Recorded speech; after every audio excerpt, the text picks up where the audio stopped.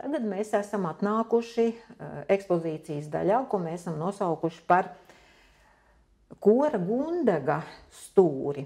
Koris Gundega, kuram ir veltīts šī ekspozīcijas daļa, sieviešu koris, mūsu darbinieču koris, pastāvēja 18 gadus un iestartēja Latvijas kultūras dzīvē tajā laikā pirms lielajiem dziesmu svētkiem, pirms 100-gads dziesmu svētkiem. Kora dzimšanas datums ierakstīts hronikās, un tas ir, viņi paši to ir ierakstījuši kā 1. decembri 1969. gadā.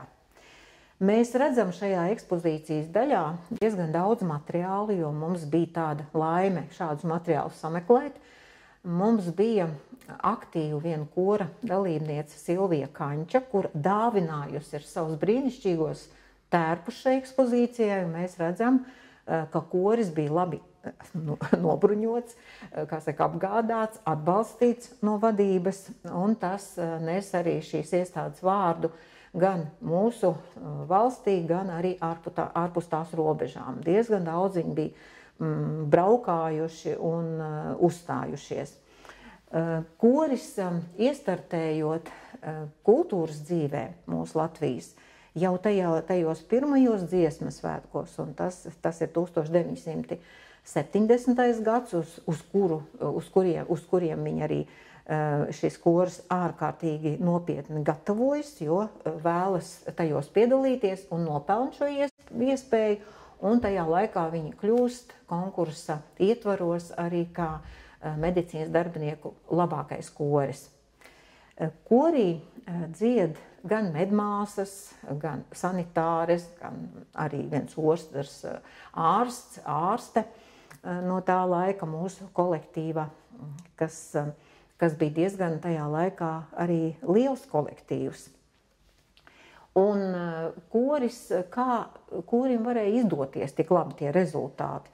To pasaka priekšā, ja mēs paskatāmies, kurš tad ir bijis kora galvgalība, kurš ir šo kori vadījis. Kora diriģente bija Māra Skride, un otrs bija Arnolds Skride, precēts pāris. Arnolds Skride ir zināms un pazīstams tajā ziņā arī, ka viņš bija vispār ļoti labs diriģents, kora vadītājs, bet viņš ir pasaulē slavenajām māsām Skridēm, māsiņām Skridēm, kā kādreiz, kad viņas bija mazas, viņas sauca tēvs. Nopietni ar kori gandrīz visu to laiku arī darbojās. Un tad, kad viņi startē šajos dziesmu svētkos un uzvara tajos konkursos, pēc tam, protams, ir piedāvājumi arī ierakstīt dziesmas Latvijas radio, un Latvijas radio fonotēkā, arhīvā mēs atradām 4 mūsu kora iedziedātas dziesmas. Un kā toreiz raksturoja jau vēlāk mūsu kora to dziedājumu dažādās recenzijās, tad tika arī teikts, ka izvēlētais repertuārs sagādātu grūtības pat dažam labam tautas korim. Stabilā intonācijas tīrība, jutīgā kopmuzicēšanas prasme un pats galvenais – labā pirmo soprānu balsu grupa, kas izceļas ar skanīgumu, izlīdzinātību un dzidrumu, nodrošina labu kvalitāti tieši liriskajās mūzikas lapusēs, īpaši klusās, dinamiskās gradācijās. Tieši vieglums, piano kultūra un smalka kameras stila muzicēšanas spēja pieder pie kora labākajām īpašībām. Brīnišķīgi vārdi. Un, kad paklausās šīs 4 arhīvā atrastās dziesmas, tad patiešām ir patīkami klausīties šo dziesmu skanējumu. Vēl par kori runājot, var arī piebilst to, ka korim bija sava emblēma. Tā ir arī uz mūsu ekspozīcijas sienas, to jūs varat arī apskatīties. Mūsu korim ir brīnišķīgi pieraksti. Mēs atradām vairākas hronikas. Mēs atradām kur kora darbošanās ir aprakstīta šajās hronikās pa ļoti dažādiem posmiem, jau attīstoties tālāk. Piemēram, pašā sākumā jau te ir redzams, ka brīnišķīgais šis fakts, kad ir vēl viens sieviešu koris, spēcīgs piedzimis, ja, un tad viņu apņemšanās, kā viņi gatavojas dziesmu svētkiem, tad lielais lepnums par to, ka viņiem tajos dziesmu svētkos ir iespējas bijis piedalīties, un ka viņi jau tagad tādu lielu mākslinieku jau tagad jūtas.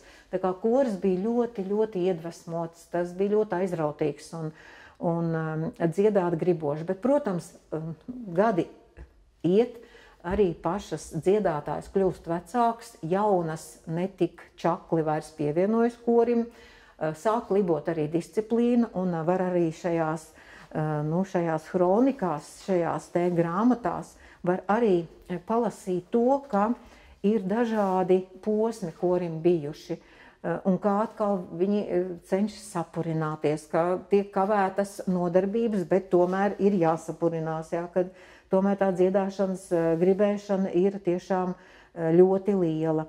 Bet tad vēlāk jau nāk jau tūmā šis jau atmodas pamazām laiks un sāk populāri kļūt dažādi arī jauniešu kori un mūsu koris tajā laikā arī pamazām arī tā kā izdilst un arī pārtrauc savu darbību. Bet tās spilgtās lapuses, kas ir ierakstīts mūsu vēsturē ar kora darbošanos, tās, protams, paliek. Un, ja vēl atceramies tālāk, tad vēl arī brīvvalsts laikā šajā ārstniecības iestādē ir bijis koris, bet toreiz tas ir bijis jauktais koris, un kora diriģents ir bijis viens no ārstiem.